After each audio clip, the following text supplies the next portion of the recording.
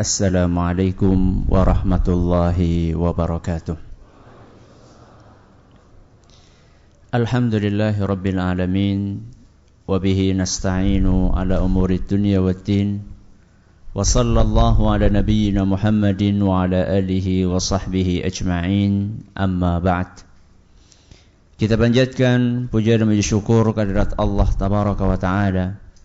Pada kesempatan pagi menjelang siang yang berbahagia kali ini, kita kembali diberi kekuatan, kesehatan, hidayah serta taufik dari Allah Jalla wa Ala, sehingga kita bisa menghadiri acara pengajian umum ini. Kita berharap semoga Allah Tabaraka wa Ta'ala berkenan untuk melimpahkan kepada kita semuanya ilmu yang bermanfaat, sehingga bisa kita amalkan sebagai bekal untuk menghadap kepada Allah Jalla wa Ala. Amin ya Rabbal Alamin. Salam dan salam semoga senantiasa tercurahkan kepada junjungan kita Nabi besar Muhammad sallallahu alaihi wasallam, kepada para sahabatnya, keluarganya dan umatnya yang setia mengikuti tuntunannya hingga hari akhir nanti. Yang kami hormati Bapak Ketua Muspika Kecamatan Banyumas, yang kami hormati Ketua Takmir Masjid Agung Nur Sulaiman Banyumas, yang kami hormati pula Ketua BKM Kecamatan Banyumas, dan juga para hadirin dan hadirat sekalian yang semoga senantiasa dirahmati oleh Allah. Tidak lupa juga para pendengar Radio Insani 88 FM di Banyumas, Purbalingga, Purwokerto, Banjarnegara dan sekitarnya, para pendengar Radio Bas FM di Solo Tigo dan sekitarnya, pendengar Radio Binbas dan Majas di Yogyakarta dan sekitarnya, serta para pemirsa Yufi TV yang semoga senantiasa dirahmati oleh Allah Azza wa Jalla. Materi kita hari ini judulnya hidup apa? Nyaman. Nyaman itu sebenarnya saya gunakan untuk kata lain dari bahagia. Ya. Karena bahagia sering dipakai, maka biar agak lebih menarik saya gunakan kata apa? Nyaman. Siapa yang tidak pengen hidup nyaman? Ada enggak? Mohon angkat tangan yang enggak pengen hidupnya bahagia. Enggak ada. Semuanya pengen. Semuanya. Berarti hadirin di sini ijma gitu ya. Nah, sepakat semuanya kepengen. Memang yang namanya kebahagiaan itu dicari oleh semua orang.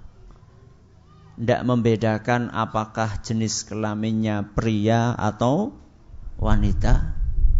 Entah dia itu tua atau muda. Entah dia itu besar atau kecil. Kulitnya hitam atau putih atau sawo. Ya jebosok loh.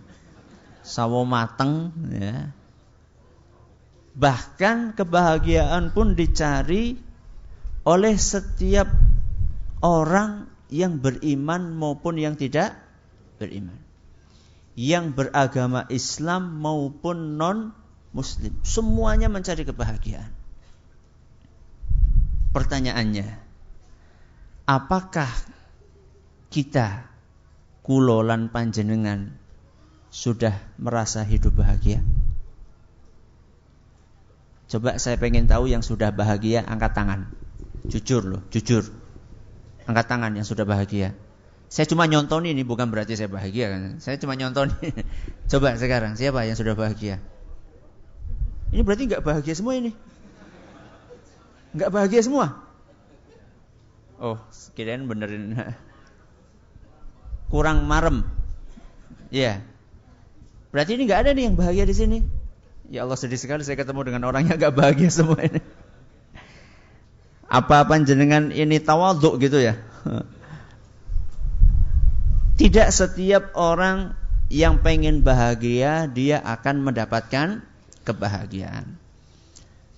Makanya kita perlu tahu terlebih dahulu bahagia itu apa. Karena ada sebagian orang mencari kebahagiaan tapi dia tidak tahu apa itu kebahagiaan. Ini seperti anak kecil yang disuruh sama ibunya beli lombok. Nah, beli lombok di tukang sayur, tapi nggak dikasih tahu lombok itu kayak apa bentuknya. Akhirnya pulang-pulang bawa apa? Terong. Salah milih karena dia nggak tahu lombok, nggak dikasih tahu lombok itu apa. Akhirnya pulang-pulangnya bukan bawa lombok tapi bawanya terong atau buncis. Orang mencari kebahagiaan tapi tidak tahu apa itu kebahagiaan, nggak akan ketemu. Kadang-kadang orang keliru, nggak bisa membedakan antara kebahagiaan dengan kesenangan. Bahagia sama senang, sama nggak? Sama atau tidak? Sama atau tidak? Tidak. Siapa tadi yang bilang tidak? Kok diam? Berarti ini suara tanpa wujud berarti. Panjenengan yang bilang beda antara bahagia dengan senang. Iya. Apa bedanya coba? Bedanya apa antara senang sama bahagia? Loh katanya beda. Harus tahu tuh bedanya apa? Mungkin ya? Bunyinya, yo jelas antara senang sama bahagia beda tulisannya. Tapi apa bedanya? Substansinya itu bedanya di mana? Antara senang sama bahagia itu bedanya apa gitu loh. Pertanyaannya sama atau beda? Beda. Nah, ini yang mengucapkan beda agak keras tadi. Nah, bedanya apa? Kalau kesenangan itu dalam lahiriah, iya. Kalau kesenangan itu lahiriah, kalau batiniah itu kebahagiaan gitu. Oh, Masya Allah.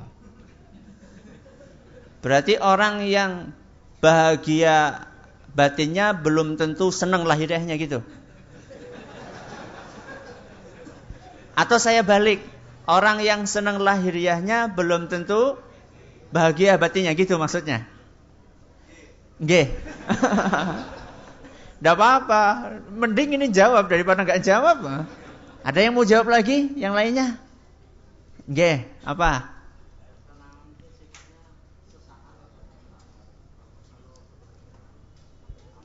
Masya Allah. Ya, kata beliau, kesenangan itu sifatnya sesaat, kalau kebahagiaan itu hakiki. Monggo, ada yang lain belakang?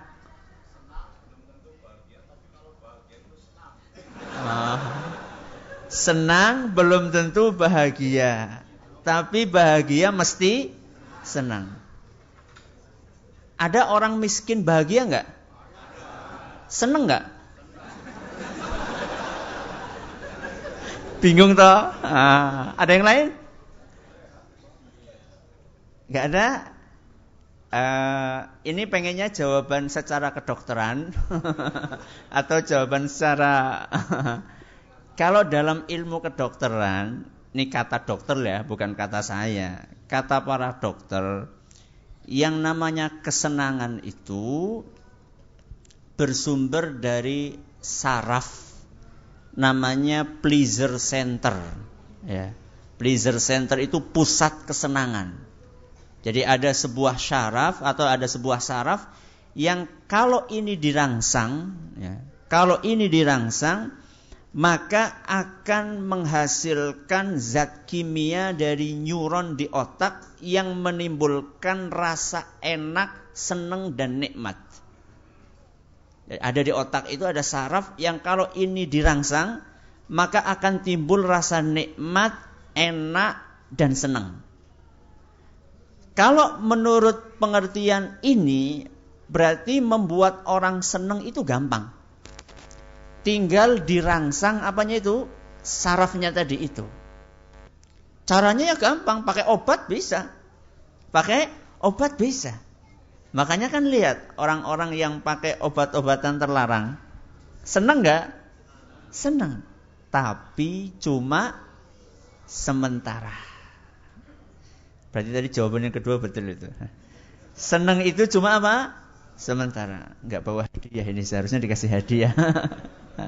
Senang itu sifatnya sementara. Jadi orang itu ketika dia dirangsang saraf tersebut, dia akan senang. Tapi begitu obatnya selesai, apa? Selesai pula senangnya.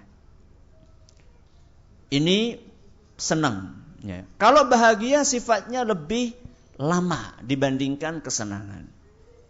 Kemudian juga di antara yang membedakan antara kesenangan dengan kebahagiaan, kesenangan itu bisa jadi merusak ya, diri sendiri ataupun merusak orang lain.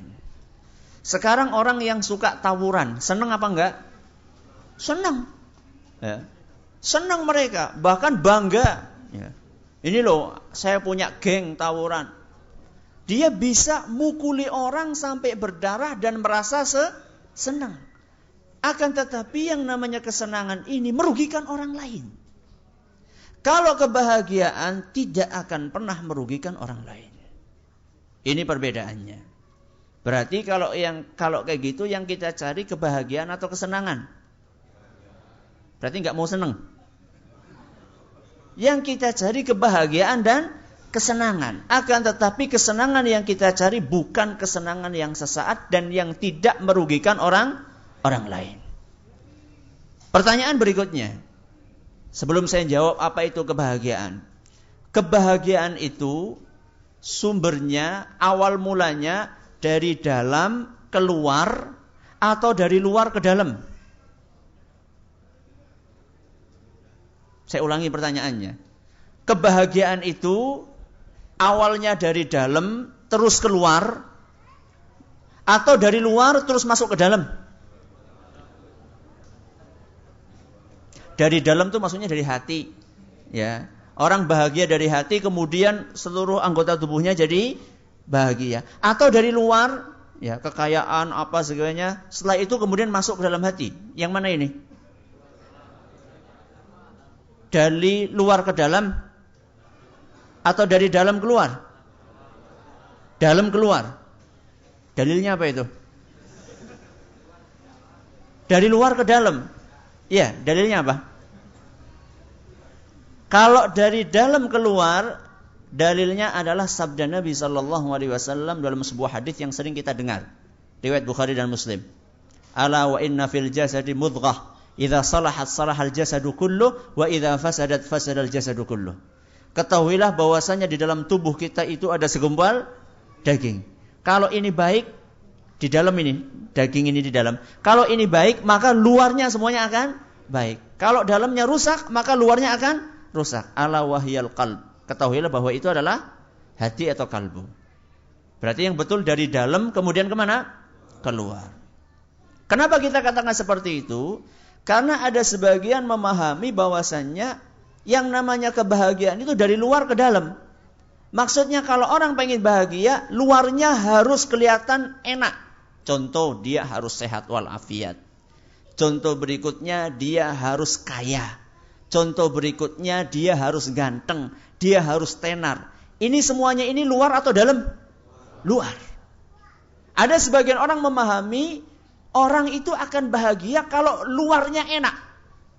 Jadi kalau kaya bahagia, kalau sehat bahagia, kalau hidup bisa makan enak bahagia, kalau punya istri 4. Nun sewu ibu nggih. Ya. Kalau punya istri yang cantik bahagia, kalau punya rumah yang mewah bahagia, kalau punya mobil yang bagus bahagia, sebagian orang memahami seperti itu. Berarti kalau dia memahami seperti itu, kebahagiaan itu cuma monopolinya orang kaya. Bahagia itu cuma monopolinya orang yang sehat. Padahal sebenarnya ada orang-orang yang tidak kaya bahagia. Ada atau tidak? Ada. Ya. Makanya ada sebuah perumpamaan. Ya. Panjenengan tahu jeruk nipis? Tahu ya, jeruk nipis. Kalau kita potong itu jeruknya, kemudian kita peres, ya. Kita peres, kita taruh di tangan. Sakit enggak? Perih enggak? Tangan sehat, perih enggak? Enggak. Kalau tangannya ada lukanya, perih enggak? Yang bermasalah apanya? Tangannya atau jeruknya? Tangannya. Jadi ketika ada orang miskin, kemudian dia tidak bahagia, yang bermasalah itu bukan kemiskinannya. Akan tetapi yang bermasalah adalah hatinya. Kalau boleh saya umpamakan, yang namanya kemiskinan, yang namanya sakit, itu kayak jeruk nipis, ya, ujian. Kemudian hati seseorang itu seperti tadi itu. Apakah hatinya sehat atau terluka? Kalau hatinya luka, maka akan terasa pedih. Tapi kalau hatinya sehat, maka dia akan tenang. Makanya Bilal ibnu Rabah. Siapa itu Bilal? Salah seorang sahabat Nabi SAW yang mempertahankan keimanan dengan menghadapi ujian yang sangat berat. Diapakan beliau? Diapakan? Dijemur di padang pasir, kemudian diuruk atau ditindih dengan batu yang sangat besar, dicambuki. Akan tetapi subhanallah, tidak ada kata lain yang keluar dari mulutnya Bilal kecuali adalah zikrullah. Dan dia merasa bahagia. Padahal dia tersiksa seperti itu lahiriahnya. Tapi karena batinnya itu bahagia, maka apapun yang dialami oleh dia akan terasa nyaman. Itulah orang-orang yang sudah menggapai namanya kebahagiaan. Terus bahagia apa Ustadz kesimpulannya? Para ulama mengatakan bahagia itu adalah perasaan nikmat. Perasaan nikmat yang dirasakan oleh manusia berupa ketentraman di dalam jiwa, kemudian ketenangan batin, kelapangan dada, dan kenyamanan perasaan. Saya ulangi, ya, bahagia adalah perasaan nikmat yang dirasakan oleh manusia berupa ketentraman apa? Jiwa, ketenangan batin, kelapangan dada, dan kenyamanan perasaan. Ini inti dari kebahagiaan sebenarnya. Orang di zaman kita ini mencari kebahagiaan caranya macam-macam. Akan tetapi biasanya orang menganggap kebahagiaan itu ada di dalam salah satu di antara tiga. Yang pertama kekayaan, yang kedua popularitas, yang ketiga kekuasaan. Jadi orang itu kalau tanya bahagia bagaimana? Bahagia itu adalah kaya, populer, punya kekuasaan. Makanya orang-orang tua biasanya menasihati anaknya, di sekolah belajarnya yang rajin supaya jadi orang pinter. Kalau pinter bisa punya pekerjaan yang bagus. Kalau punya pekerjaan yang bagus, maka duitnya akan banyak. Kalau punya duit banyak, bisa bangun rumah yang bagus. Kemudian kamu akan dihargai dan terkenal. Orang tua menasihati seperti itu atau tidak? Saya tanya, jenengan sudah punya anak? Nasihatnya kepada anak ketika berangkat sekolah apa? Belajar yang rajin supaya pinter. Kalau pinter bisa golek duit, gitu kan? Iya apa enggak? Iya. Nah, berarti terjerumus kita ini. Terjerumus kepada memahami kebahagiaan itu bersumber dari kekayaan, popularitas, dan kekuasaan. Saya katakan penting kekayaan. Akan tetapi tidak setiap orang yang kaya itu bahagia. Sekarang kita ambil saja realita yang ada. Negara yang terkenal maju teknologinya, ulet pekerjaannya. Negara mana? Jepang. Ya. Katanya saking canggihnya, Jepang itu kan salah satu negara yang sering sekali apa? Gempa. Akhirnya saking canggihnya mereka bisa bangun rumah anti gempa. Nggak tahu katanya ya di bawah bangunan itu dikasih per. Jadi kalau gempa itu bangunnya cuma dul gitu. Itu kan hebat sekali. Rumah kok dikasih apa? Per-pernya sebesar apa itu? Ya. Saking canggihnya. Akan tetapi subhanallah, walaupun Jepang itu terkenal maju teknologinya, terkenal orangnya ulet, terkenal santun, ya. Yang namanya Indonesia itu masya Allah ya, ngantri sedelapai lampu merah ini, belakang sendiri sudah hijau, paling budidaya bisa mau dun. Padahal harus ngerti orang nggak bakal sampai. Tapi di Jepang katanya seperti itu, katanya enggak. Katanya orangnya tekun, rajin, sopan dan seterusnya. Tapi ada tapinya. Ternyata di Jepang itu tingkat bunuh diri itu termasuk yang paling tinggi sedunia. Tingkat kasus bunuh diri. Kata kepolisian Jepang, pada tahun 2009, angka bunuh diri 1 tahun 33.000 orang bunuh diri. Jadi kalau dibagi-bagi 1 hari 100 orang. Akeh ora? Banyak banget. Ya, banyak banget. 1 hari kok 100 orang. Itu kalau 1 RT 100 orang pada bunuh diri, entong gue. Enggak jadi pemekaran nanti. Ya. Pemekaran ana wonge. Ya. Bayangkan dalam 1 hari 100 orang. Ya. Ada survei lain mengatakan, ini Jepang ya, Jepang. Terus kalau orang bicara masalah kemodernan biasanya ngelihatnya di Amerika. Amerika negara katanya negara super power. Sebuah survei kapan itu saya menemukan bahwa tingkat pembunuhan di Amerika selama 1 tahun itu sama jumlahnya dengan tingkat pembunuhan di Saudi selama 1 hari. Saya ulangi. Kebalik ya. Oh ya kebalik, maaf.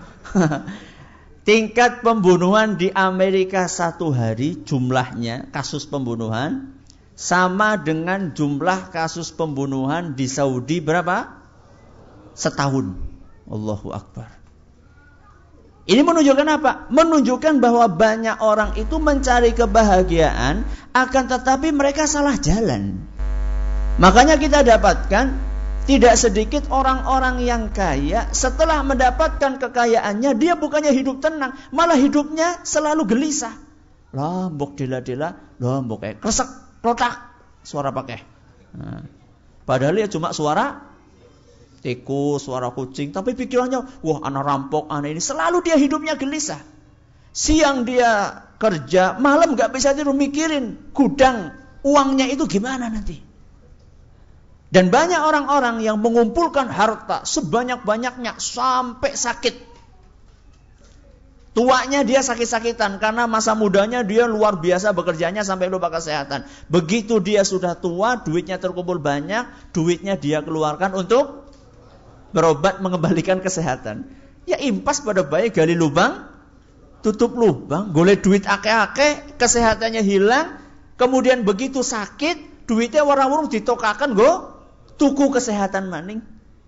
Saya pernah baca cerita ada seorang orang yang kaya banget lah ya. Nah, orang yang kaya banget, bos media lah katakanlah. Ya. Punya sekian banyak media. Saking dia bekerja kerasnya itu sampai dia terkena kanker hati, liver. Ya. Dan harus melakukan operasi ganti hati yang biayanya cuma 3M. Nih, hati itu gedenya cuma segini. Ya, hati besarnya cuma segini. Ganti itu tok berapa? 3M. M apa? Miliar. Nah, 3 miliar untuk ganti hati tok. Ketika masa mudanya dia habiskan usianya untuk bekerja sampai lupa kesehatan. Begitu tua, dia habiskan duit itu. Subhanallah. Jadi sebagian orang mencari kekayaan untuk mencari kebahagiaan. Ada yang mengatakan kebahagiaan itulah popularitas. Tuh kalau nggak percaya lihat artis-artis itu. Kemana-mana diajak untuk foto bareng. Ya. Kalau kita kan siapa yang mau foto sama kita? Di mana-mana dimintai tanda tangannya. Panjenengan pikir itu bahagia mereka? Banyak di antara mereka justru tidak merasa bahagia karena mereka kehilangan sesuatu yang namanya privasi. Ya. Jadi kemana-mana dikejar terus. Sampai contohnya yang paling meninggal dengan tragis itu siapa? Yang dikejar oleh paparazzi. Apa paparazzi? Para tukang foto gelap. Akhirnya kecelakaan. Siapa itu? Lady Diana. Ya. Saking terkenalnya kemana-mana difoto. Ya. Dia nek bisa nang kamar mandi dia difoto. Nauzubillah min dzalik. Kemana-mana difoto. Apa enaknya orang seperti itu? Mendingan kayak kita-kita ini, kemana-mana gak ada yang moto. Enak, privasinya itu terjaga kita. Jangan dipikir dengan terkenal itu kita akan senang. Atau ada sebagian mengatakan dengan kekuasaan kita itu akan senang. Belum tentu. Kalau kekuasaan itu didapatkan dengan cara yang tidak baik, ya begitu lulus dari kekuasaan, selesai kekuasaan langsung pindah rumah. Kemana? Ke penjara. Sekolah di mana? Sekolah di penjara. Inilah begitu banyak orang-orang mencari kebahagiaan akan tetapi mereka salah jalan. Adapun yang kita cari adalah kebahagiaan yang sempurna. Kebahagiaan yang sempurna adalah kebahagiaan di dunia, di alam kubur, dan kebahagiaan di akhirat. Ini yang kita cari. Jadi yang kita cari bukan cuma kebahagiaan di dunia. Yang kita cari juga bukan cuma kebahagiaan di akhirat. Tapi yang kita cari adalah kebahagiaan di dunia, di alam kubur, dan di akhirat. Kebahagiaan di dunia itu seperti apa, Ustaz? Kebahagiaan di dunia adalah ketenangan yang ada di dalam hati. Kemudian kita mendapatkan rizki yang halal, walaupun mungkin rizkinya tidak terlalu banyak. Itulah yang kita cari. Jadi orang-orang akan mendapatkan kebahagiaan yang hakiki ketika di dunia dia bahagia. Bagaimana dia menilai kebahagiaan di dunia? Hatinya akan tenang dan mendapatkan rizki yang halal. Ini kebahagiaan di dunia.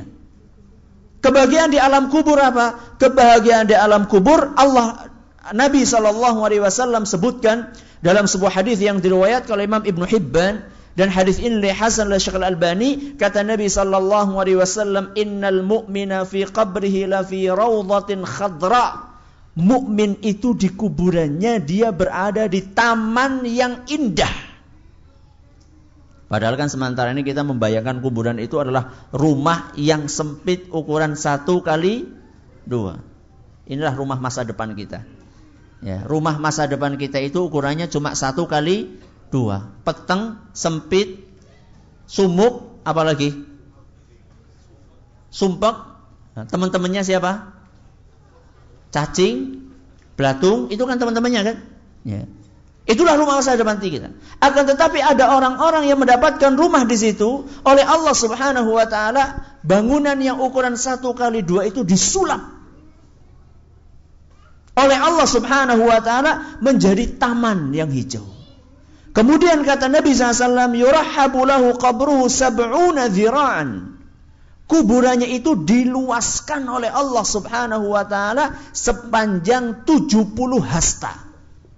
Di dalam hadis Ahmad disebutkan sepanjang mata memandang. Coba sekarang sepanjang mata memandang, panjenengan memandang dari sini, polnya di mana? Dari sini nih, ngelihat ke sana, polnya kemana? Udah masjid maksudnya. Kalau kita keluar di alun-alun, kita ngelihat ke sana, polnya mana? Gunung Slamet. Iya. Lumayan jenengan itu sampai Gunung Slamet sana itu.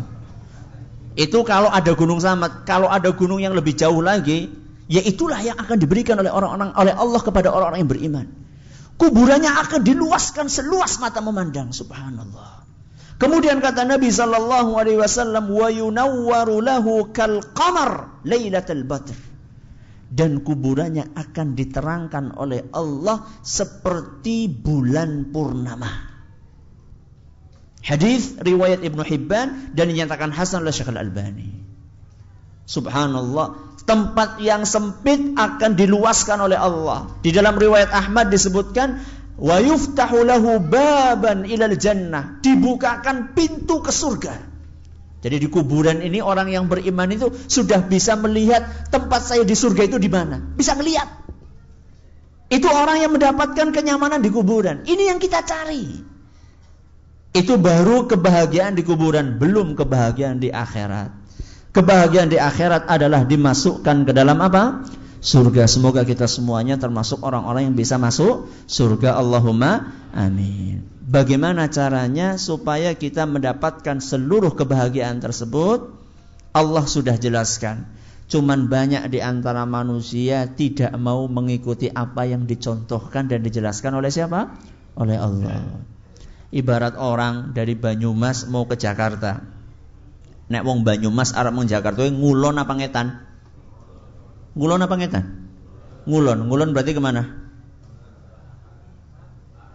Ke barat, ke sana berarti ya? Iya, sana kan?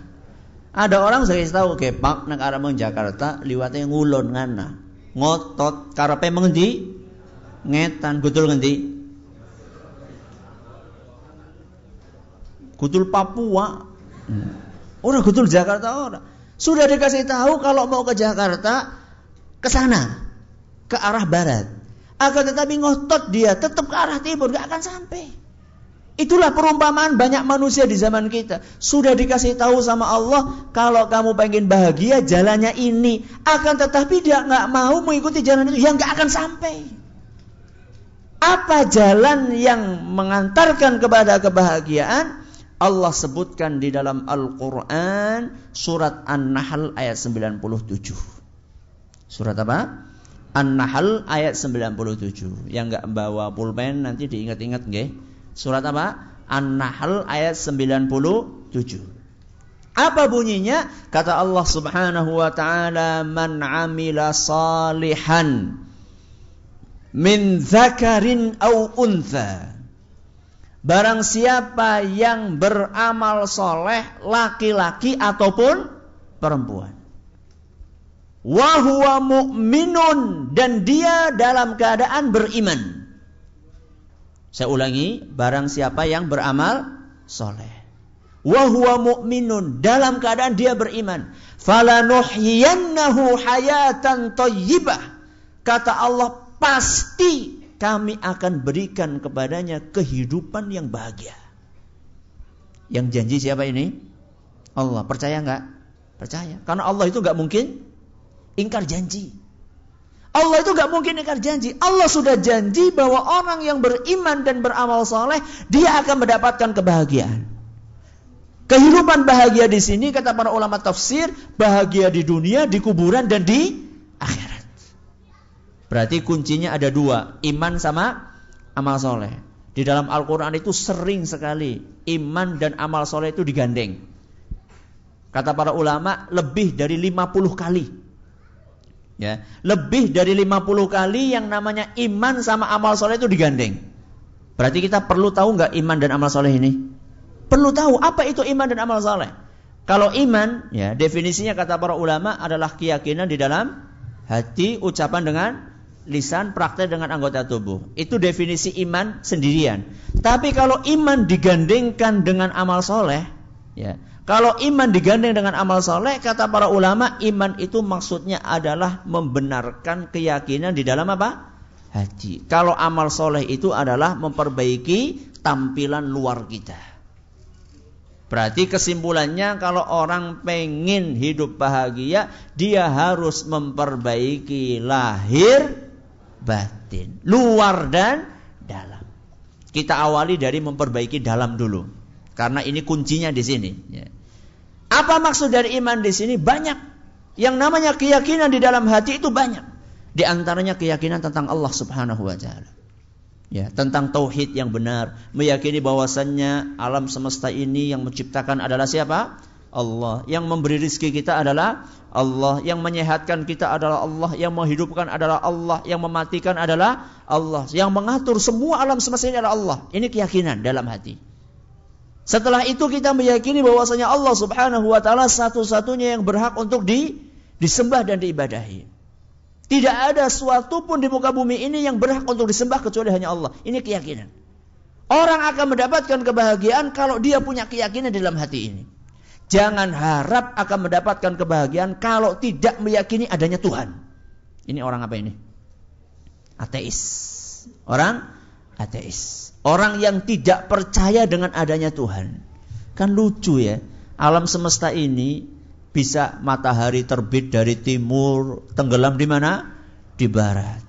Kemudian bulan juga terbit pelan-pelan sampai akhirnya tanggal 13, 14, 15 menjadi bulan apa? Purnama. Kayak gitu kok nggak ada yang ngatur, itu aneh sekali kan? Makanya pernah ada Imam Abu Hanifah kalau nggak salah. Itu debat sama seorang ateis. Kata dia, kamu percaya Tuhan? Enggak percaya. Nah sekarang saya mau tanya nih. Ini ada kapal, ya, ada sungai nih, ada kapal atau getek ya, getek dari tepi sungai sini ke tepi sana. Kok ujuk-ujuk geteknya gutul ngana, sudah membawa sayur, kemudian sayurnya turun sendiri. Jadi ada getek, ada sayur di samping kanan kirinya. Tahu-tahu sayurnya sudah tuing naik ke atas, kemudian geteknya melaku dewek sampai sebelah sana. Tahu-tahu setelah sampai sana sayurnya turun sendiri. Percaya nggak? Orang itu katakan apa? Nggak mungkin itu kalau nggak ada yang ngangkat. Apa kata Imam Hanifah? Subhanallah. Kamu nggak percaya ada getek jalan sendiri, nggak ada yang ngatur? Kok kamu bisa percaya dunia seluas ini tuh gak ada yang ngatur, kata dia. Semuanya ada yang ngatur, yaitu Allah Subhanahu wa taala. Ini keyakinan yang pertama. Keyakinan berikutnya yang harus kita yakini adalah tentang arkanul iman. Meyakini bahwasannya iman itu ada 6. Yang pertama iman kepada Allah, kemudian para malaikat, para rasul, kitab-kitab, hari akhir, kemudian takdir yang baik maupun yang jelek. Ini harus kita yakini. Saya akan bawakan contohnya satu saja, keimanan kepada takdir. Bagaimana efeknya iman kepada takdir itu akan membuat seorang itu tenang. Nabi SAW pernah mengatakan dalam sebuah hadis yang sahih, kata Nabi SAW, Innallaha la yaqdi qada'an lil mu'min illa wa kana khairan lahu. Sesungguhnya Allah itu tidak akan menakdirkan sesuatu untuk seorang mukmin kecuali pasti takdir itu baik buat dia. Ini yang kadang-kadang kita sulit. Ya. Kalau kita mendapatkan rizki rasanya baik, tapi kalau nggak lagi mendapatkan rizki rasanya nggak baik. Contoh nih panjenengan. Biasanya setiap hari dapat ya katakanlah rizki 50.000. Baik nggak itu? Baik. Besok dapatnya cuma 5.000, baik nggak? Temenan lah. Baik atau tidak? Baik. Ngesuk 5.000 loh. Masalahnya banyak di antara kita, ya. Masalahnya banyak di antara kita ketika membahas tentang masalah rezeki, yang baik itu yang banyak saja. Kalau belum tentu. Allah Subhanahu wa taala menakdirkan sesuatu buat seorang mukmin, besar atau kecil pasti baik buat dia. Ya. Walaupun itu bentuknya kecelakaan sekalipun. Contoh nih, ya. Panjenengan ini kalau dari Banyumas mau ke Purwokerto, jalannya lewat mana?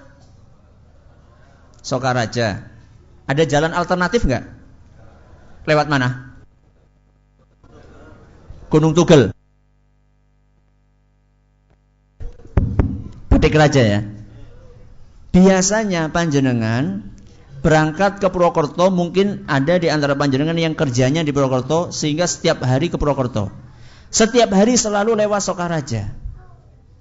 Suatu hari kok nyong lo kepengin lewat Gunung Tugel atau lewat Patik Raja.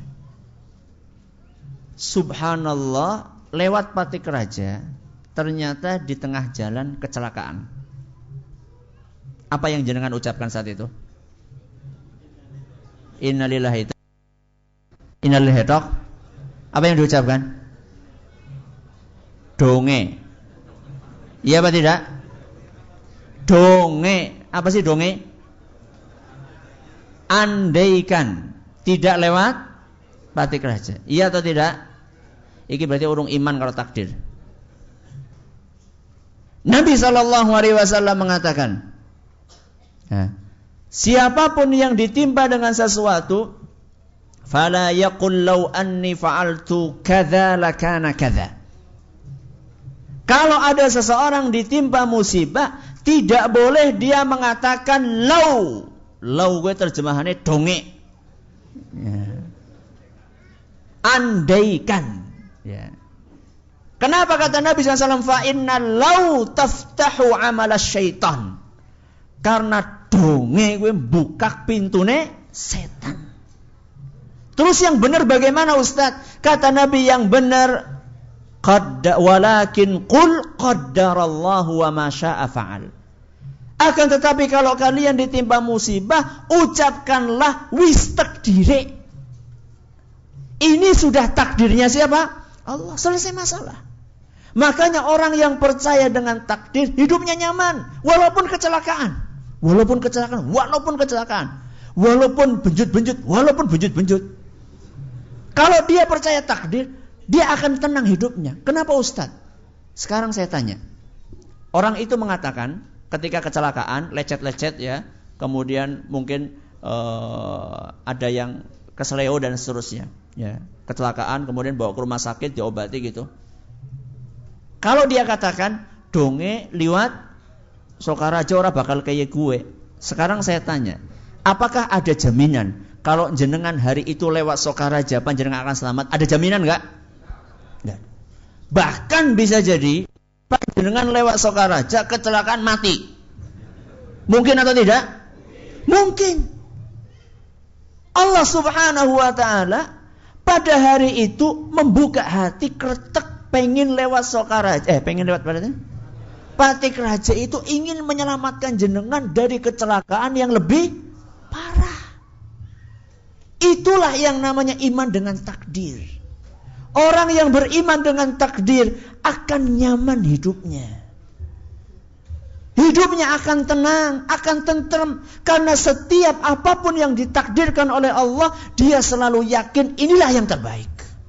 Makanya kalau orang beriman dengan takdir, keluarganya nyaman. Ya, sama istrinya nggak disalah-salahin. Coba kalau misalnya nggak beriman dengan takdir, sudah lecet-lecet, sudah diopnam di rumah sakit, domai nang bojone maning, pak dongane ora, kayak donge maning, kan susah kan?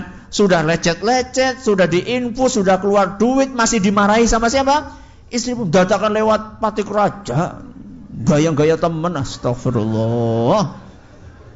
Itu gara-gara tidak iman dengan apa? Takdir. Makanya kalau orang iman dengan takdir, maka di hidupnya akan tenang, hidupnya akan nyaman. Ini yang namanya keyakinan, iman. Ya. Itu rukun iman. Termasuk iman juga adalah orang berusaha untuk pasrah. Ya. Untuk pasrah dengan syariat Islam. Ya. Makanya kita ini istilahnya agama kita adalah Islam. Islam itu apa sih? Islam itu pasrah. Jadi kalau orang sudah mengaku beragama Islam, apapun yang diperintahkan oleh Allah, dia pasrah. Saya yakin ini yang terbaik. Makanya orang yang beriman itu menjalankan perintah agama, rasanya hatinya lapang. Orang kakean alasan. Biasanya ibu-ibu ini biasanya, Bu, anggo kudung. Alasannya apa? Sumuk, apa maning, Bu? Bunya ngantuk napa mboten, Bu? Alhamdulillah. Alasannya napa niku Bu nek mboten kudungan niku? Alasannya napa, Bu? Sumuk apa maning? Gatel. Gatel, ketombeyen apa maning? Ayu jadi. Macam-macam sekali alasannya. Kenapa? Karena memang dari hatinya itu tidak ada keimanan pasrah dengan syariat Islam. Apapun yang diperintahkan oleh Allah mesti apik, apapun yang dilarang oleh Allah mesti jelek. Itu harus kita yakini. Itu namanya keyakinan di dalam hati.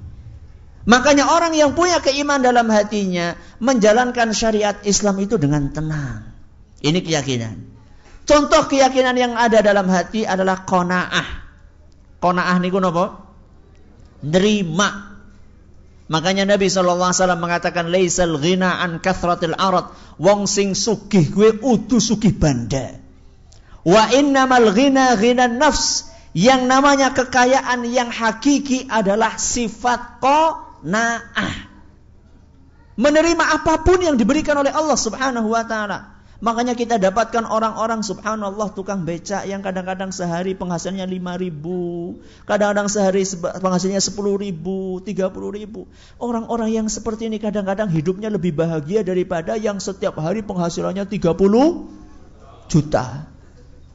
Kadang-kadang seperti itu. Kenapa? Karena orang ini memiliki sifat qanaah. 30.000 tapi cukup. Ya. Jadi qanaah itu merasa cukup dengan apa yang diberikan oleh Allah Subhanahu wa taala. 30.000 merasa cukup. Ya. Kenapa kok bisa cukup? Karena Allah Subhanahu wa taala memberkahi harta yang dia miliki. Anak-anaknya akeh tapi rajin-rajin, hampir semuanya pinter-pinter, gratis karena mendapatkan apa? Beasiswa. Nek mangan ora pada kakean Jaluk lawu sing kaya kiye timpani apa bae manut. Ya maksudnya ya ora timpani sembarangan maksudnya ya. Maksudnya anane uyah ya ora protes, anane iwak ya alhamdulillah, anane kerupuk ya alhamdulillah. Berkah. Mangane ora akeh ya. Enggak nakal, enggak banyak pola ya. Nah, yang tadi itu yang penghasilannya sehari 30 juta, enggak semuanya ya. Enggak semuanya yang penghasilannya 30 juta seperti itu. Ini yang penghasilannya 30 juta, Masya Allah, naudzubillah min dzalik. Wis bocah anake akeh, nakal-nakal, dela-dela mlebu penjara, nebus metu entong duitnya. Ya, dikasih makanan apa enggak mau, maunya setiap hari harus lauknya yang sip, nek ora gule ya sate, nek ora sate ya gule ya balik maning. Ora gule ya sate, nek ora sate ya apa sih sing enak maning liyane gule sate? Ayam goreng, ya. Ora ayam goreng minta ini terus. Selalu itu permintaannya. Sudah kayak gitu makanya banyak pula rong centing. Ngentong-ngentong akan ki wong bocah. Enggak berkah. Sudah kayak gitu sakit-sakit pula. Ya. Sedangkan yang tadi itu yang punya sifat qanaah, anaknya sehat-sehat, jarang sakit, ya. Sakit paling ya mumet sedidik terus kalau orang dulu itu apa, kalau sakit itu dikasih apa? Kencur ya, panas itu kan turun kayak kencur. Pokoknya enggak sulit-sulit lah ya. Enggak sulit-sulit obatnya. Kalau ini sudah diobatkan subhanallah. Ada kejadian unik ya. Ada orang kaya banget tapi hasil korupsi. Dia itu setiap korupsi dia tulis. Nah, setiap korupsi dia tulis, hari ini saya korupsi sekian, ditulis itu, dibukukan. Rapi banget. Ya kayaknya sarjana ekonomi kan. Ya orang kabeh sarjana ekonomi kayak gue ya orang. Ini cuma itu, tulis semuanya ditulis itu subhanallah. Ya. Kemudian setelah selesai korupsi, dia kalkulasikan. Oh, saya selama sekian tahun korupsi jumlahnya sekian. Ya. Ya mbuh orang ngerti sapa kuwi jenenge. Subhanallah. Anak dia semata wayang satu-satunya diuji oleh Allah Subhanahu wa taala terjerat obat-obatan terlarang, narkoba. Dia obatkan ke sana kemari sampai ke luar negeri. Setiap dia mengobatkan anaknya, dia tulis dengan detail pengeluarannya. Ya pancen ki masyaallah ki. Jadi pembukuan keuangan ini rapi banget gitu. Jadi ngobatkan kemana, mengkiai, rumah sakit, mengendi, tulis semuanya. Setelah anaknya sembuh, dihitung, dikalkulasikan, ternyata Allahu Akbar. Pada uang hasil korupsinya totalnya sama total pembiayaan anaknya terjerat narkoba, persis sama sampai rupiah-rupiahnya. Jadi jenengane duit setan dipangan belis. Gak akan berkah. Ya. Karena tidak punya namanya qanaah. Maka yang pertama kali kita perbaiki apa? Hati. Ya. Termasuk juga memperbaiki hati adalah jangan iri dan dengki kepada orang lain.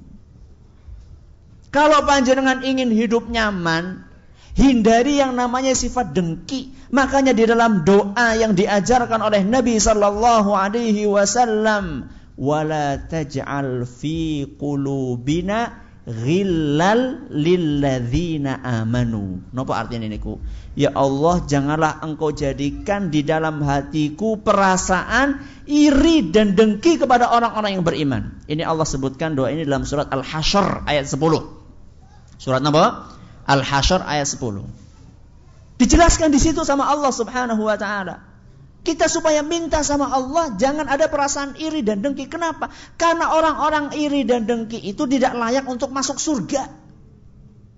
Orang-orang yang layak untuk masuk surga adalah orang-orang yang bersih hatinya. Makanya kata Allah Subhanahu wa taala, ketika menceritakan para penghuni surga, wa naza'na ma fi sudurihim min ghillin. Kami bersihkan hati orang-orang penghuni surga itu dari perasaan dengki. Hati-hati gue. Wong sing senenge iri gue ora bakal mlebu surga, angel mlebu surga nih.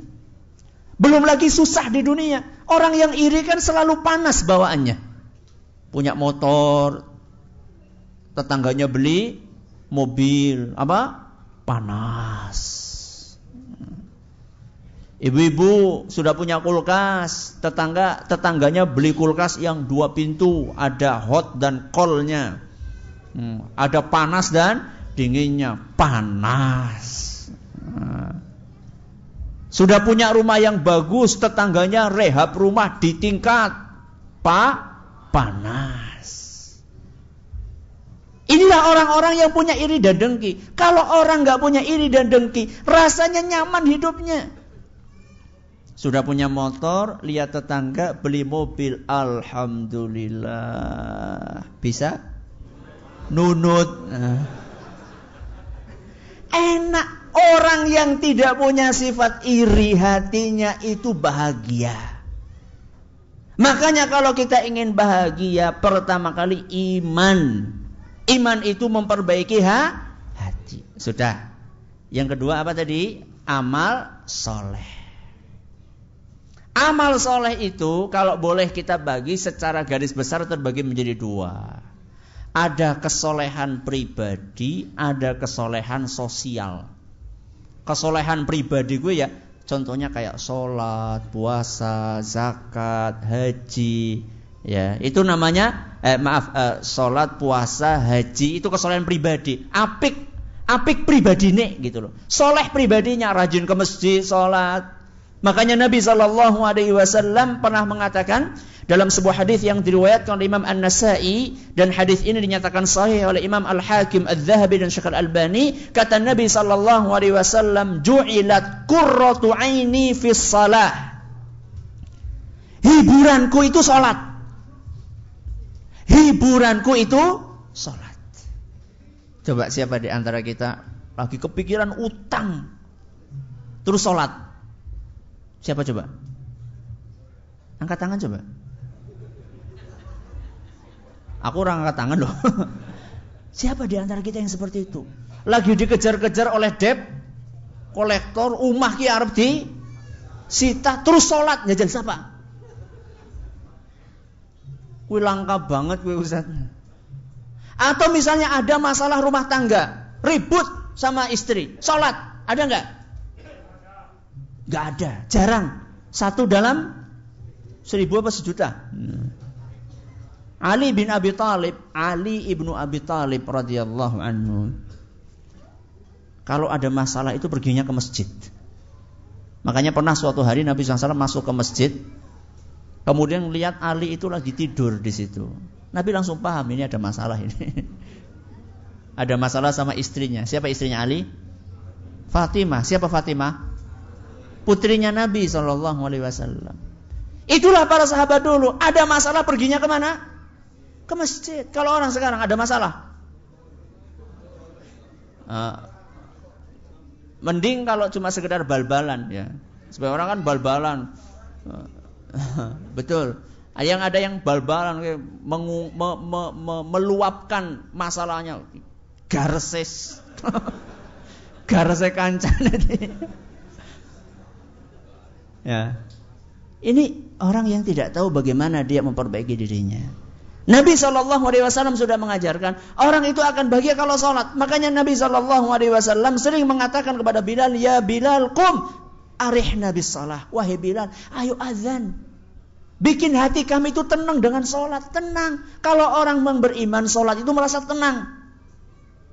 Kalau orang yang tidak beriman sholat sing dipikir gitu nih mami suwe temen ora rampung-rampung. Sampai pernah ada salah seorang yang sholat di masjid ya. Ada yang sholat di masjid yang dia nggak tahu ternyata bacaannya panjang banget, sholat taraweh gitu.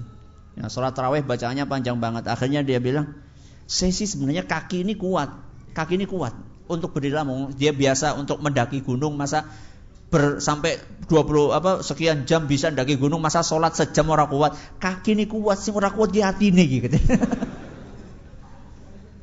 Alias apa? Dia belum siap. Kenapa? Karena dia itu menjadikan sholat itu sebagai sebuah beban.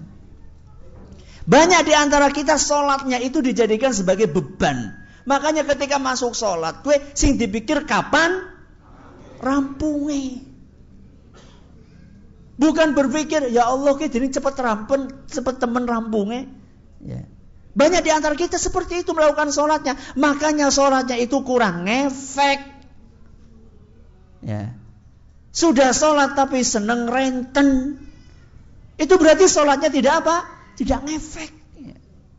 Terus apa makna dari firman Allah Subhanahu wa taala, inna sholata tanha 'anil fahsya'i wal munkar. Salat itu mencegah dari perbuatan yang keji dan mungkar. Mana buktinya? Yang ada itu salat terus, maksiat jalan, STMJ. Nah. Sing anak kayak gue kebanyakan orang. Kenapa? Karena sholatnya tidak sesuai dengan apa yang diajarkan oleh Rasul SAW. Sholat itu hanya sekedar lahiriah tok, belum batinnya. Makanya saya punya pengajian judulnya sholat lahir batin. Ya, punya pengajian judulnya sholat lahir batin. Sampai sekarang sudah 21 pengajian berseri itu. Urung rampung, nembe gutul ruku. Nembe gutul ruku. Itu di mana Ustaz bisa? Kalau yang punya TV bisa dilihat di Insan TV. Yang punya TV bisa dilihat di Insan TV, tapi pakai parabola harusnya. Nah, bisa di Insan TV setiap hari Jumat habis subuh. Setiap hari Jumat habis subuh sampai jam ya sekitar 6:30 lah. Ya jam 5 lewat sampai jam 6:30. Kalau yang nggak punya TV pakai radio saja, bisa didengarkan di radio kesayangan kita, Insani 88 FM. Golek ngemut-ngemut gampang, 88. Gue kayak jeneng Densus, Densus 88, atau Salep 88. Gampang golek ngemut-ngemut. 88 gue gelombang sing paling pojok kayak. Nyorana gelombang maning baru gue ngepol gue 88. Jadi nek karo merem ya bisa golek-golek gue. 88. Setiap hari Jumat habis apa? Habis subuh. Sampai jam 6:30 kalau enggak ada halangan. Salat lahir batin. Salat kita itu kebanyakan baru lahir tok. Makanya tidak berlebihan kalau ada orang mengatakan salat kukur jengking-jengking tok. Itu cocok untuk diucapkan kepada orang yang salatnya cuma gerakannya tok luarnya, enggak sampai ke dalam. Itu bagaimana Ustaz maksudnya sholat lahir batin? Makanya didengarkan. Nah, di radio tadi. Ini saya jatahnya sampai jam 11 ini. Wah, dalam mana ini? Ya, ini masalah sholat. Jadi yang namanya soleh, amal soleh itu ada yang sifatnya pribadi, ada yang sifatnya apa? Sosial. Nah, perhatikan baik-baik. Ini yang masalah sosial. Sebagian orang sholatnya apik tapi nggak baik sama tetangga. Ini berarti belum soleh. Makanya Nabi SAW pernah ditanya, ya, Nabi SAW pernah ditanya, ya Rasulullah, inna fulanata, wahai Rasul, ada si fulanah. Ini wanita, seorang wanita. Wahai Rasul, si fulanah, dia ini tusallil lail, solat malamnya mempeng. Orang kur solat wajib, solat malamnya rutin. Kemudian orang ini juga sedekah rajin, ya. Puasanya juga mungkin Senin Kemis, bahkan mungkin juga Dawud sisan. Ya. Jadi dia ini orang yang soleh pribadinya. Tapi wahai Rasul, kekurangannya satu. Apa itu? Salitah. Kekurangannya orang ini kalau ngomong nyelekit. Apa nyelekit? Pedes, suka menyakiti tetangganya. Rajin, sholat tahajud 5 waktunya rajin. Zakat, sodako, puasa, ora kur puasa wajib, ketambahan puasa sunnah. Kekurangannya satu wahai Rasul, lisannya ini suka menyakiti orang lain. Apa kata Nabi SAW? Hiya finnar. Ini wanita calon penghuni neraka. Allahu Akbar. Bisolat kok mlebu apa? Neraka gara-gara apa? Lisan. Tidak punya kesolehan sosial kepada orang lain. Wah, ngesuk rasa salat bae Ustaz lah nek kaya gue. Apa maning ora salat? Sing salat bisa jadi mlebu neraka, apa maning sing ora salat lah. Ya. Gue sih ora usah ditakoni, gue wis jelas gue. Enggak usah dibahas kalau yang seperti itu. Maka perhatikan baik-baik. Ya. Bahwa yang namanya kesolehan itu bukan cuma kesolehan pribadi, akan tetapi juga kesolehan sosial kita kepada orang lain. Maka mukmin yang hakiki adalah mukmin yang tidak pernah menyakiti orang lain. Kata Nabi SAW, al-muslimu man salimal muslimuna min lisanihi wa yadihi. Muslim yang hakiki adalah muslim yang orang lain itu enggak pernah tersakiti oleh lisan dan tangannya. Kalau panjenengan pengen ngecek apakah saya sudah muslim beneran, coba panjenengan duduk sama orang lain. Kalau dia betah sama jenengan, berarti panjenengan muslim. Kalau dia enggak betah, kelosotan, kita ini sudah temen ora lunga-lunga, itu berarti panjenengan belum muslim hakiki. Ya. Kenapa? Karena orang muslim yang hakiki, setiap orang yang duduk di samping dia itu merasa nyaman. Nyaman karena apa? Karena tutur katanya baik, karena suka membantu sama orang lain. Ya. Ada sebagian orang di zaman kita ini sholatnya rajin, akan tetapi tetangga yang tinggal di sampingnya itu tidak betah untuk tinggal. Nek nyetel musik kuwi nek urung kacane tanggane nganti apa? Apa kuwi jenenge? Bergetar. Saya pernah diceritain itu ada orang yang kalau nyetel itu sampai 10 rumah ke depan itu sudah bergetar rumahnya. Allahu Akbar. Ini muslim gaya apa seperti ini? Wong Islam Ustaz, iya KTP ini Islam. Muslim gaya apa seperti ini? Muslim yang hakiki yang gak mau mengganggu orang lain, walaupun dengan sesuatu yang mendatangkan kenikmatan buat kita. Orang yang dengerin musik sampai seperti itu kan nikmat kan? Nikmat. Akan tetapi mengganggu orang lain. Ya, contoh yang paling gampang niki nun sewu niki kadang-kadang ya harus disampaikan gimana lagi. Contoh yang paling gampang, kita merasa nikmat tapi mengganggu orang lain. Apa gue? Udut. Itu kan jerene lho, iki jerene ya. Jerene itu kan nikmat ya. Rasanya nek setelah makan siang ora udut gue rasanya kepiye? Kecut jere. Iya panjenengan merasa nikmat, tapi coba yang di samping jenengan terganggu enggak? Ibu panjenengan suaminya kalau ngerokok terganggu enggak, Bu? Yang ditanya ibune kok. Saya tuh enggak tanya sama panjenengan. Bu, terganggu enggak, Bu? Buk, sepakat buk ijma gue. Kesepakatan ibu-ibu semuanya terganggu. Cuman ibune gue ora wani. Mbok ora duit. Muslim yang hakiki itulah yang tidak mengganggu orang lain dengan ucapannya, dengan perbuatannya, segala sesuatunya. Orang lain itu kalau tinggal di samping jenengan itu merasa nyaman, tenang. Ayam, guyub, rukun, itulah muslim. Ya. Kalau muslim suka mencaci, mencela, itu bukan muslim. Makanya Nabi SAW mengatakan, laisal muslimu bitta'ani walal la'ani. Muslim itu bukan orang yang suka mencacat, bukan orang yang suka mencela, bukan orang yang suka melaknat. Itu bukan muslim yang hakiki. Gue muslim apa gue? Musliman.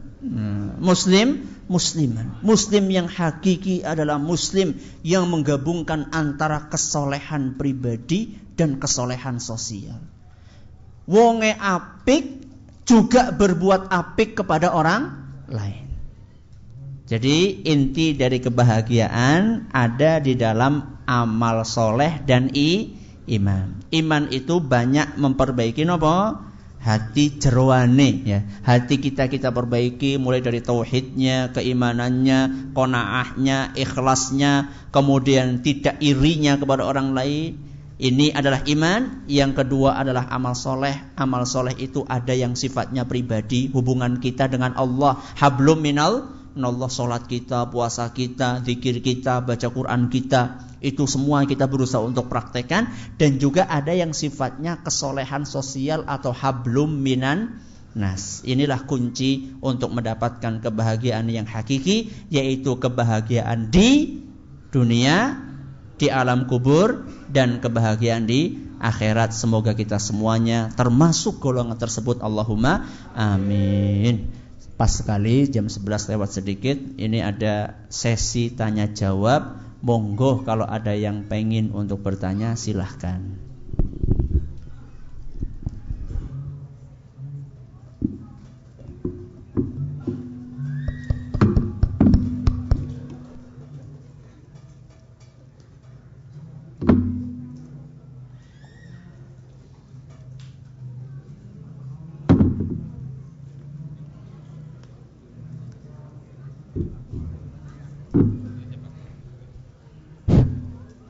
Monggo kepada ibu bapak yang mau bertanya. Oh, ini ada satu dari bapak.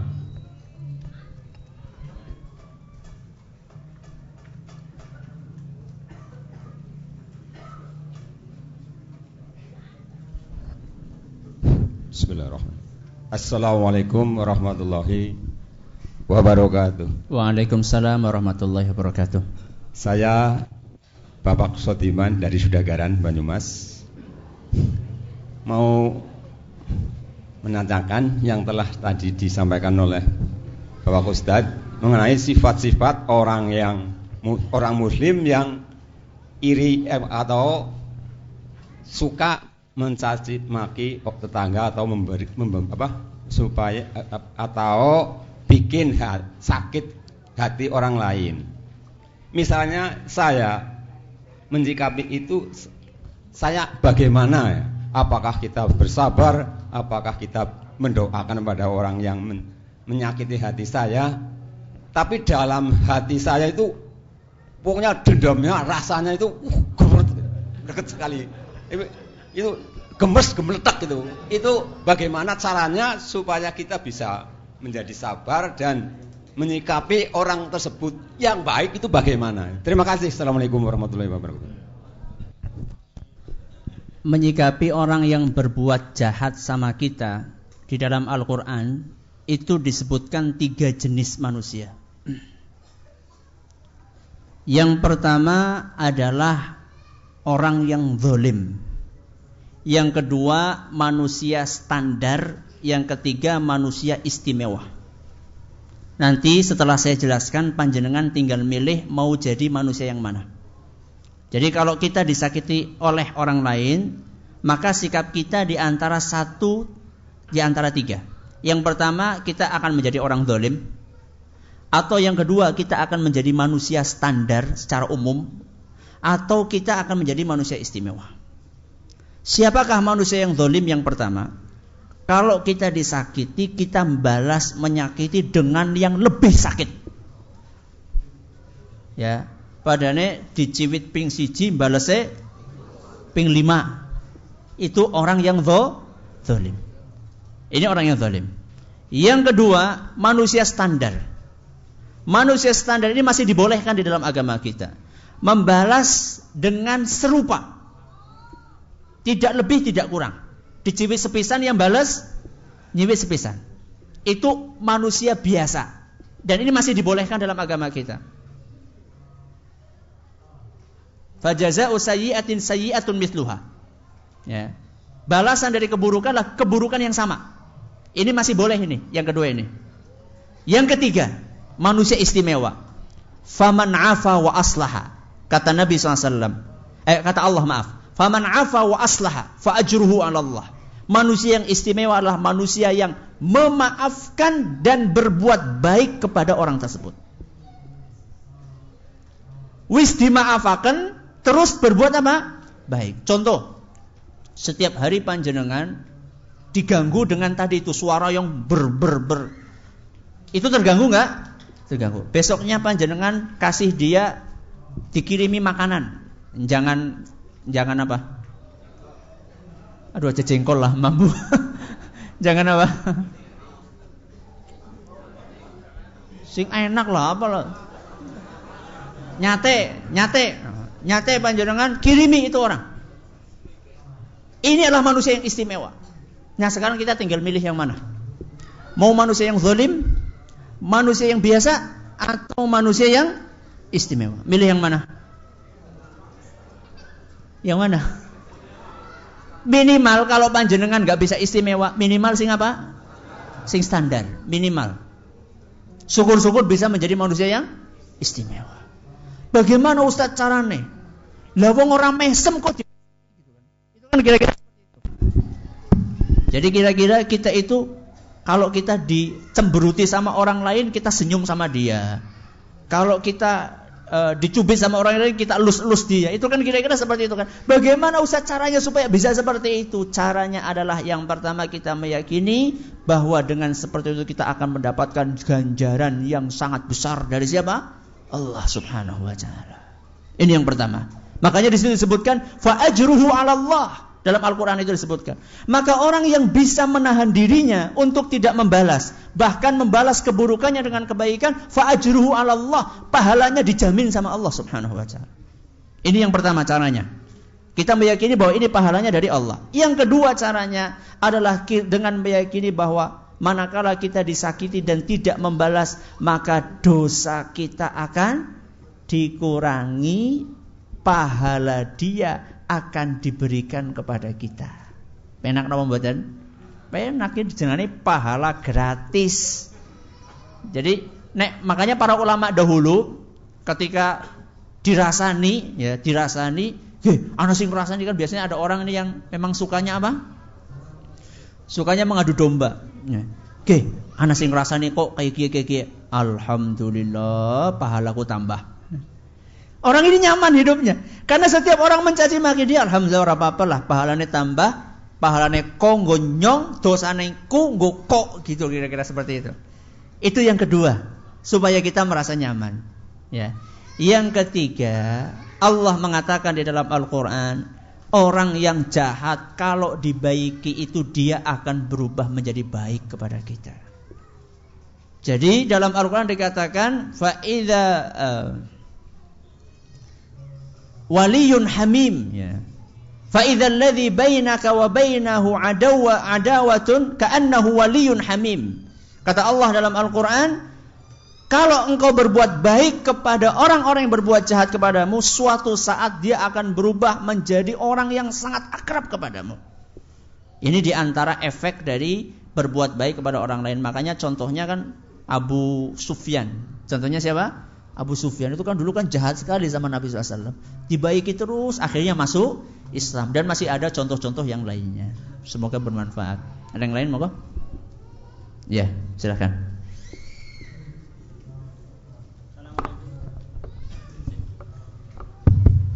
Assalamualaikum warahmatullahi wabarakatuh. Waalaikumsalam warahmatullahi wabarakatuh. Perkenalkan kula Tarno saking Kejawar. Niki mohon nasihat niki Tat. Memang kula mengalami kiambek niki tentang masalah terutama TV. Niku kebanyakan memang riyen kula niku ceritane diwehi hadiah TV teng mbae nggo anak-anake waktu anake tes tunggal. Lah ketika anak TV nang omahku niku memang kula sendiri dengan keterbatasan ilmu amal niku sing jenengane TV akeh sing memang banyak kurang mendidik lah Tat. Akhirnya dengan adanya TV nang omahku niku diambil pelajaran sering reang karena nopo? Kebanyakan istri-istri atau anak-anak niku gampang terbawa atau gampang mereka itu bernikmat-nikmat di hadapan televisi. Entah itu ketika mereka itu melihat tayangan-tayangan yang memang banyak yang kurang mendidik atau banyak melelehkan waktu-waktu yang disyariatkan untuk beribadah. Dan niku pernah suatu kejadian karena kula ngode bali ngepit, setiap hari niku sering terjadi perselisihan karena TV sampai akhirnya karena hati merasakan bahwa tidak ada ketenangan ketika ada TV ditimbulkan dari tayangan-tayangan yang tidak mendidik, baik dari tayangan untuk anak-anak atau orang dewasanya. Akhirnya dengan izin Allah Ta'ala niku TV sing maune gambare penuh bisa setiap hari nyiliki sampai hilang gambare tak lebok nang longan niku Tat. Niku nyuwun sewu, niki kisah nyata. Niku umur kula karo bojo diwehi hadiah TV cuma sebulan tok. Niku nyuwun sewu mawon. Niki kisah nyata. Dados kula mawon anake niku sekolah niku Tat. Anake sekolah. Niki ngapunten lho Tat, ngagem ceritari dados pen kula manten kepenak. Ben dijelaskan. Lah niki mengalami tentang masalah anak-anak juga. Seniki anak-anak SD wis nyekel HP, munggah SMP, mau nang SD nyekel HP, munggah SMP tambah nomor batire, sing wadon tambah lanang, sing lanang tambah wadonan. Niku nyuwun sewu niku diajarkan tentang TV niku katalah sing anak-anak sekolah dengan gaya yang sedemikian. Akhirnya kula merasaken kiambek ketika anaknya kula kepengin ziarah maring ngene nenek nang kana bukane malah anaknya tambah manut karena nopo semakin ora taat karo wong tua. Lah wong nyandinge TV lab nopo game-gamean napa mawon dinasihati kon taat ora purun. Lah niku akhirnya dengan hal sedemikian menimbulkan kerancuan. Si maune anak dididik setidaknya kan orang tua berharap bahwa kita itu mendidik anak yang soleh lah. Tanggung jawab kita ditulis apa baik anak itu peran orang tua itu sangat besar. Lah akhirnya dengan sedemikian sempat si anak niki mboten purun sekolah niki musibah besar. Lah akhirnya guru-gurunya menyarankan wis iki daripada muskilai gede anakmu njajal konang pondok baen sekolah nang kene kan orang anak TV lah. Oh memang ya nyuwun sewu niki anake kula fitnah nang ngone tangane ndelenge Krishna jere sing anu ndelenge si anu.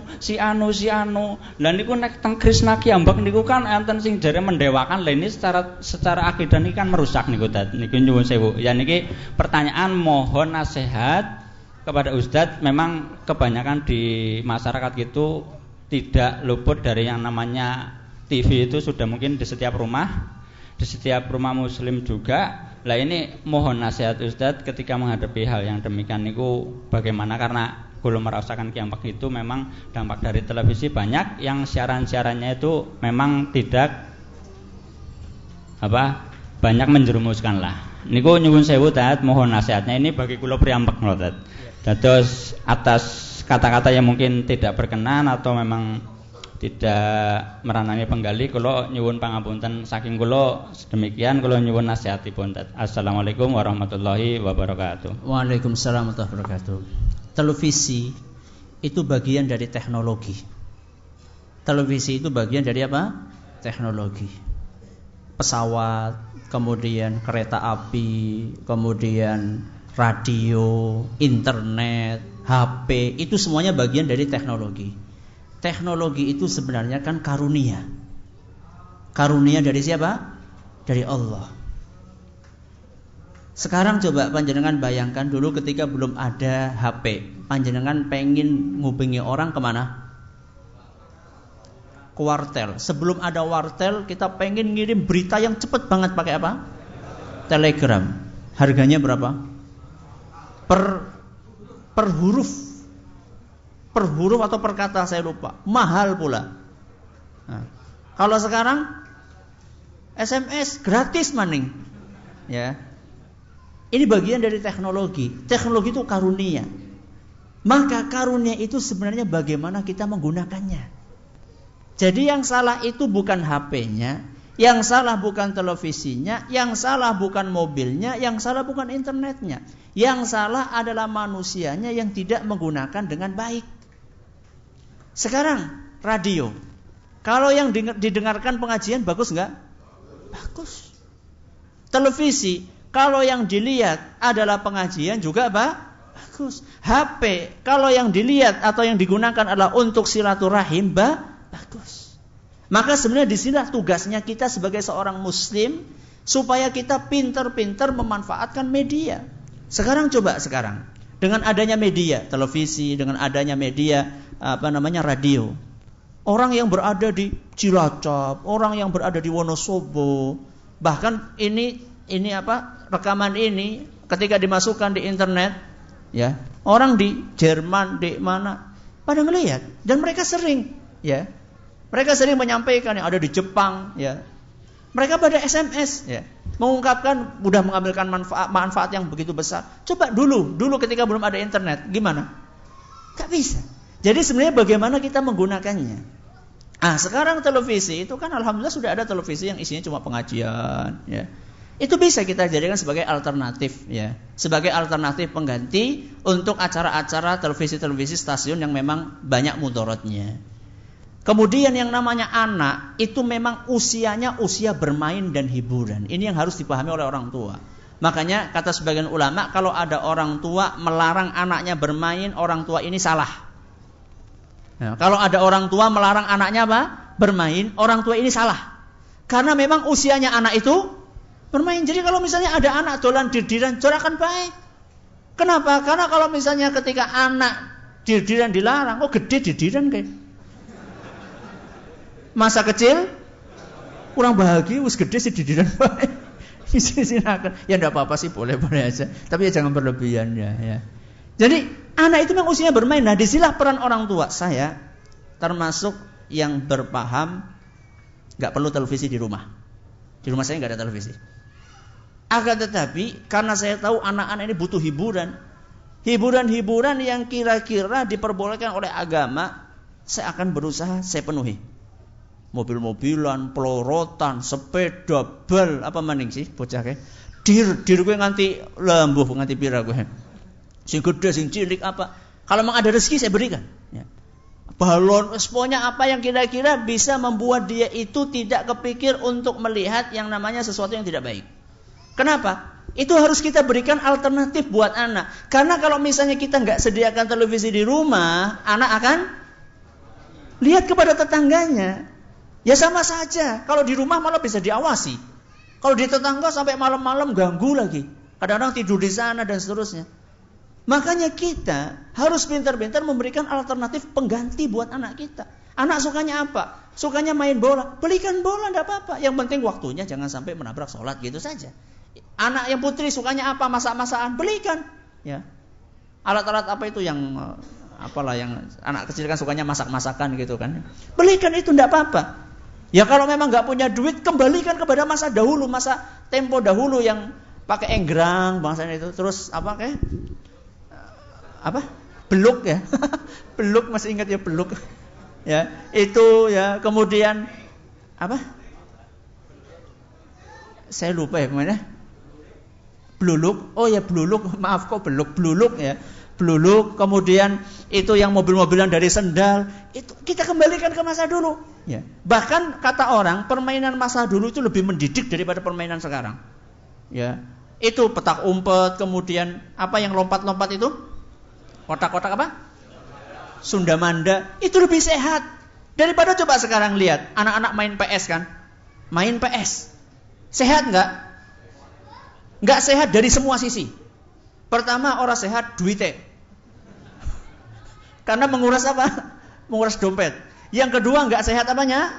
Matanya. Terlalu dekat. Kemudian enggak sehat juga saraf-sarafnya. Ya. Banyak orang yang sakit. Bahkan di Cina ada cerita orang meninggal gara-gara main game.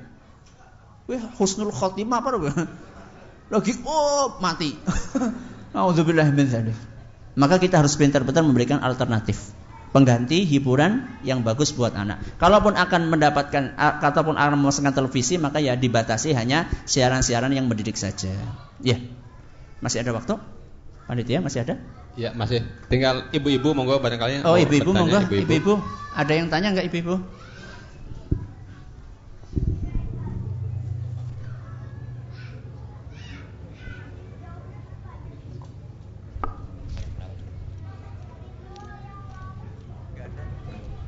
Ada.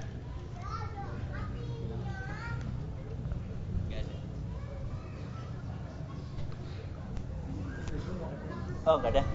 Ibu-ibu enggak ada? Mungkin ada yang mau nambah lagi, Bapak? Kalau enggak ada. Satu lagi, monggo Bang, satu lagi pertanyaan.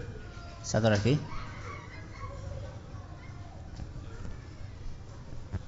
Saya monggo. Saya Juwahir dari Sudagaran. Ini suatu saat saya pernah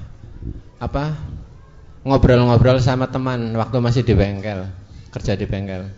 Lalu itu teman saya itu pernah nantang saya begini, Tad. Saya lagi ngomong apa lah, dia itu